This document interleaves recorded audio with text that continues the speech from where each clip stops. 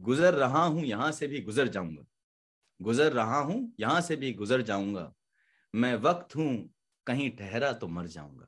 Squid game के जो आपने किरदार निभाया अली का, जो पाकिस्तान से आया है और वहां पे साउथ कोरिया में उसके ऊपर कर्ज आ गया है, उसकी फैमिली है, उसके लिए आपने कैसे प्रिपेयर करा?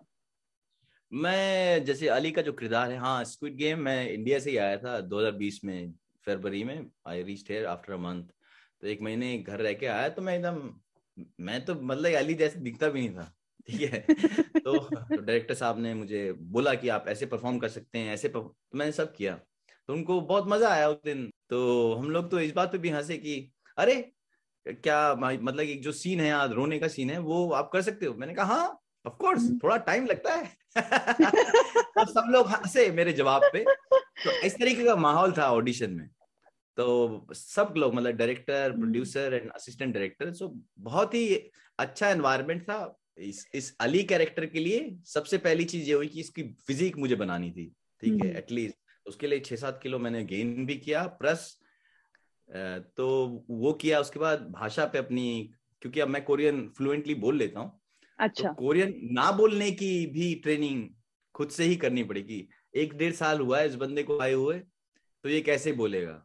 तो उसके लिए मैं अपने आप अपना अभी पास्ट देखता रहा, और जो मेरे नए फॉरेनर दोस्त हैं उनको भी मैंने काफी कॉपी करने की अच्छा। कोशिश की, डॉक्यूमेंट्रीज देखी, आर्टिकल्स पढ़े।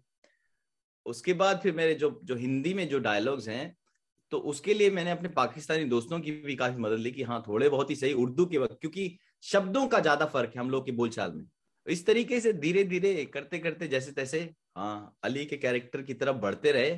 स्टोरी बहुत अच्छी थी, जैसे ही स्टोरी पढ़ने को मिली तो मैं पूरी रात पढ़ता रहा। तो मेरे दिमाग में ये रहा, पहले तो हम 2-4 डायलॉग पढ़ लेते थे कि हाँ बस हम्म। 2-4 लाइनों वाले डायलॉग मैंने किए, तो अरे जितनी बार मैं पन्ना पलटूं उतनी बार लगे यार और डायलॉग हैं तो, और डायलॉग है, इसको कैसे करूंगा मैं?